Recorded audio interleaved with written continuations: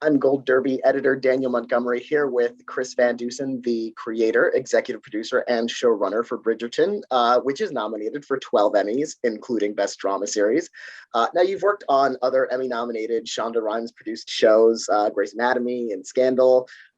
Is it different getting this kind of recognition for a show that you yourself spearheaded? Absolutely. I think all of this recognition and the response has just it's been amazing, really. It's all a little surreal still to me. It's just extraordinary. And, I'm really humbled, but most of all proud of this cast and this crew and all of my fellow producers. I always hoped that people would find and fall in love with this show, but I certainly never could have anticipated this. And it's all been incredibly exciting in the best way possible. Where did the idea come from to adapt the books in the first place? Like, what was that inspiration? I have been a writer in Shondaland for a really long time, about 17 years. And my previous show, I was a writer producer on Scandal. And as that show was coming to an end, I was really looking for something different. And all I really wanted to do was something completely other than political intrigue on Capitol Hill. And that's when I learned about these books, and I fell in love with them the moment I first read them. They were funny and emotional and sexy, and they were escapist. I love a good period show. Everything from the sets and the costumes and the rules of society. I feel like period shows, they're always rife with conflict. But they're also considered a little traditional and a little conservative. And I think for me, what really got me excited about adapting these novels was the idea of being able to create the period show I myself had always wanted to see. And I knew that wasn't going to look or feel like any period show I've ever seen before. So I think, that was really, my real starting point in adapting these books was figuring out a way to take this world of Regency London and all of its excess and beauty and decadence and reimagine it in a new and exciting way. And one of those new and exciting ways includes how the show kind of, opens the door to kind of like this multiracial story it's sort of a twist on history, not exactly how history was. Where did that inspiration come from, and how did you decide to kind of fold that into the show? Yeah, honestly, when I first read the books, I didn't immediately know exactly how I was going to put my own spin on them. I was definitely drawn to the material, but my mandate for this show was really figuring out a way how to turn this more traditional genre on its head and make something fresh and topical and timely. And one of the first things that came to my mind was figuring out a way to inject race into this traditionally very white world, otherwise known as the period piece. And I knew if I was going to do a show that had this contemporary sensibility about it, a show for a modern audience, then it really needed to go for the casting and the characters and the stories as well. So I set out to crack that. And one of the first things I did was create the character of Queen Charlotte. And she's not a part of the books. She's original to the world of the series. And the genesis of that character came out of many, many conversations with our consultants and our historians. And there was this theory I learned about Queen Charlotte being England's first actual queen of color. And when I heard about that, it was something that really, truly resonated with me. And I think the show really started to come into focus for me at that point, as far as this world being able to be multi-hued and multi-ethnic. And race wasn't ever mentioned in the source material, but it was something I absolutely wanted to explore in the show from the beginning and do it in a way that made sense and have it be a real part of the show's conversation.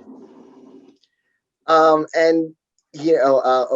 of the hallmarks of the show is that large cast, not just the fact that it's a multiracial cast, but it's an enormously large cast of characters swirling around each other.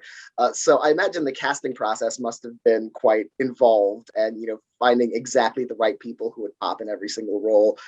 What was that process like? How long was it? And what were your thoughts about the cast as you had fully assembled them?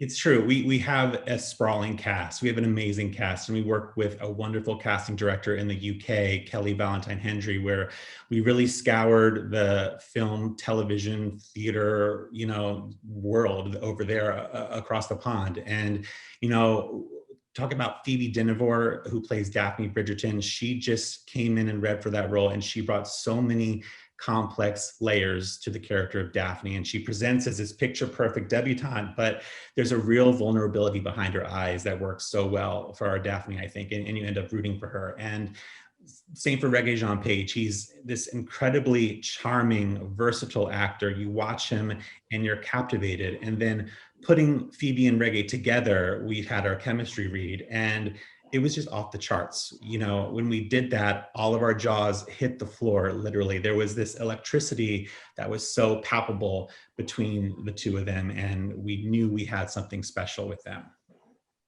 And you know, the characters sort of run the gamut. They're very romantic characters, very snarky characters, powerful characters. Like, do you have favorites that, you know, just as a writer, that you just enjoy putting words in their mouths? You know, that's a really good question, a tough question. I love all the characters for a different reason, I think. I think writing Penelope, that's so much fun. You know, what Nicola Coughlan did with that character. She is this wallflower, but Nicola came up with some really incredible ways to make her stand out. And of course, we have Golda Rosheuvel playing Queen Charlotte, and she's just fabulous. And then of course, one of the things I had most fun writing, I think, was the voiceover for Lady Whistledown, voiced by Julie Andrews. And, you know, knowing that Julie Andrews was going to say some of these things and that the world was going to be able to hear these things coming out of Julie Andrews' mouth was really just, it was amazing, and it was incredible, and it was so much fun to write too. And having Julie Andrews play Lady Whistledown, was that always the conception of this role? Was that sort of, you know, a dream that you just somehow made happen for the show, or like, what was that process? She was really at the top of our list, you know, going into the casting, and I wrote, you know, the pilot with her voice in my head. Never in a million years thinking we would ever land Julie Andrews, but we ended up sending her the scripts. She read them, she fell in love with them, she absolutely wanted to do it, and I'm just so grateful that she did. And with so many actors and locations and sets, like I can only imagine the challenge as a showrunner balancing the production schedules and all of these different moving pieces. What was that like for you as a showrunner? It was a challenge. You know, we were in some of the most amazing country homes across the English countryside. We shot in and around central London. It was incredible. It was an incredible challenge. And, you know, there were many points during production where I looked around and I never knew how all this was going to come together, and really whether it would translate to the screen. And then when I got in the editing bay and started watching the show back, I was just filled with such tremendous pride, because it really just worked, and it was amazing, and everyone brought their A game to the project, and I'm just so proud of everyone involved. And another thing that makes the show feel really modern is these classical takes on modern music that you sort of introduce into certain scenes, and it's always fun watching a scene and going like, you know, oh, that's Bad Guy by Billie Eilish. What was, you know, thoughts behind that, and also getting, you know, the rights to these songs and melodies? Yeah, the music on the show was really something that we found in post-production after we shot all the episodes.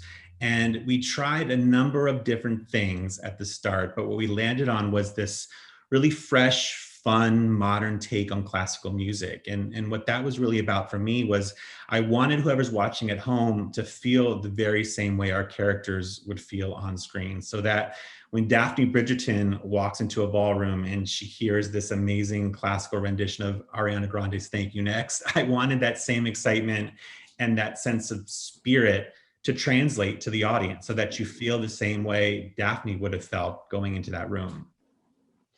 And another thing that has made the show very, you know, had this very water cooler talk about the show is, of course, it's romance and it's love scenes, and it's, you know, in the way it develops characters and just how provocative it can be. But of course, you know, you're working with actors, keeping them safe, keeping them comfortable. What was it like developing sort of that element of the show and balancing it with the needs of the actors and the needs of the story and all that?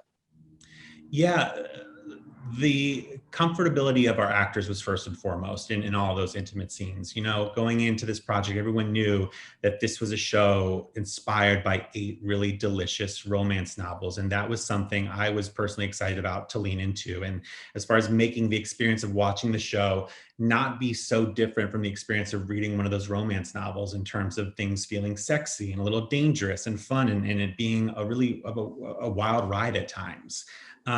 So we worked with this amazing intimacy coordinator, a team of intimacy coordinators really, on every single one of our intimate scenes. And we really choreographed those sequences much like a stunt. And everything was about your hand goes here, your leg goes here. Everything was very heavily choreographed.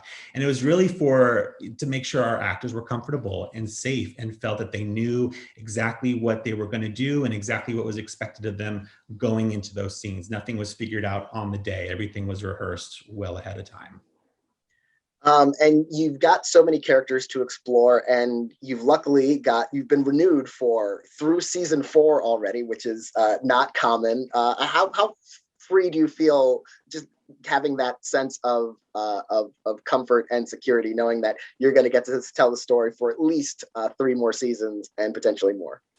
It's amazing. You know, I'm shuttling back and forth between London and Los Angeles now. And when I'm in LA, I'm in the editing bay on the 2nd season. And everything is just looking so incredible. And I think we're going to be back with an even greater escape to 19th century Regency London. We have this new family in season 2, the Sharma family. We have Kate Sharma, played by Simone Ashley, who's just a force to be reckoned with.